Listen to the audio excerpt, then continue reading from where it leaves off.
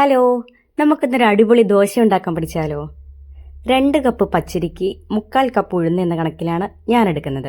2 cup പച്ചരി എടുത്തു, 3/4 cup ഉഴുന്നെടുത്തു, ഒപ്പം 1/4 സ്പൂൺ ഉലുവ കൂടി ചേർക്കുന്നുണ്ട്.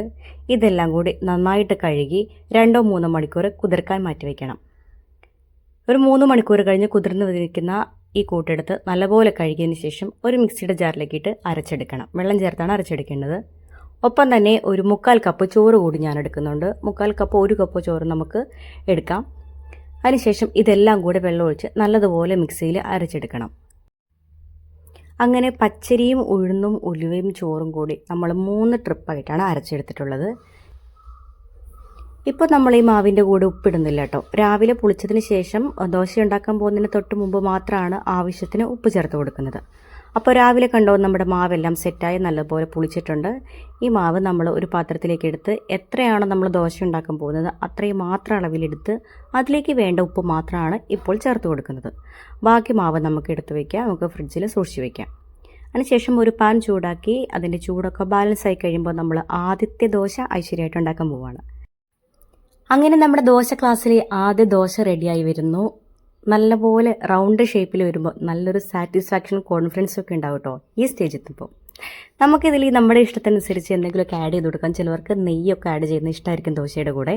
ഇപ്പം ഞാനിവിടെ ഒന്നും ആഡ് ചെയ്യുന്നില്ല. നെയ്യ് ഒഴിച്ചുള്ള ദോശയും ഈ തരത്തിൽ തന്നെ നമുക്ക് ഉണ്ടാക്കിയെടുക്കാം. അങ്ങനെ ഞാൻ രണ്ടാമത്തെ ദോശയായി 1, 2, 3 ദോശയാണ് ഞാൻ രാവിലെ തന്നെ ഉണ്ടാക്കുന്നത്. കണ്ടില്ല, ഈ ഒരു കളർ ചേഞ്ച് കണ്ടോ? വൺ സൈഡ് ഇങ്ങനെ ഇടുമ്പോൾ തന്നെ നമ്മൾ മറിച്ചിടേണ്ട ആവശ്യമില്ല. വൺ സൈഡ് ഇടുമ്പോൾ തന്നെ ചെറിയൊരു ഗോൾഡൻ വിത്ത് ബ്രൗൺ കളർ വരുമ്പോൾ തന്നെ നമുക്കത് എടുക്കാം. ഇനി ഒരു 3/4 മുറി തേങ്ങ എടുത്ത് ചിരണ്ടുന്നുണ്ട്. 3/4 മുറി തേങ്ങയിലേക്ക് ഒരു 4 ചെറിയുള്ളി, 2 വലിയ പച്ചമുളക്, ആവശ്യത്തിന് ഉപ്പും ചേർത്ത് ആവശ്യത്തിന് വെള്ളവും ചേർത്ത് നല്ലതുപോലെ അരച്ചെടുക്കാം. നല്ലതുപോലെ അങ്ങ് ഫൈൻ പേസ്റ്റ് ആവരുത്. നമ്മൾ ചില കറിക്കൊക്കെ ഉപയോഗിക്കുന്നത് പോലെ. എന്നാലും നമുക്കറിയാമല്ലോ ചമ്മന്തിയുടെ ഒരു കൺസിസ്റ്റൻസി എങ്ങനെയാണെന്ന്. അത് അരച്ച് മാറ്റി വയ്ക്കുക. അതിനുശേഷം ഒരു ചീനച്ചട്ടി അടുപ്പിലേക്ക് വെച്ച് അതിൽ എണ്ണ ചൂടായി വരുമ്പോൾ കടുക് പൊട്ടിച്ച് ഒരു 4 ചെറിയ ഉള്ളി ചെറുതായി അരിഞ്ഞതിലേക്ക് ഇടുക. 2-3 കറിവേപ്പിലയും കൂടി ഇട്ട് കൊടുക്കുന്നുണ്ട്. ഇതൊന്ന് മൂത്ത് കഴിയുമ്പോൾ നമ്മൾ അരച്ച് വെച്ചിരിക്കുന്ന തേങ്ങാ ചമ്മന്തി ഇതിലേക്ക് ആഡ് ചെയ്ത് കൊടുക്കുന്നു. ഇതിലിപ്പോൾ നമ്മൾ പാകത്തിന് നമുക്ക് വേണമെങ്കിൽ വെള്ളം ഒഴിക്കാം കേട്ടോ. ചില ആളുകൾക്ക് ലൂസ് ചമ്മന്തി ആയിരിക്കും ഇഷ്ടം, ചിലർക്ക് കുറച്ച് തിക്ക് ഗ്രേവി ആയിട്ടായിരിക്കും ഇഷ്ടം.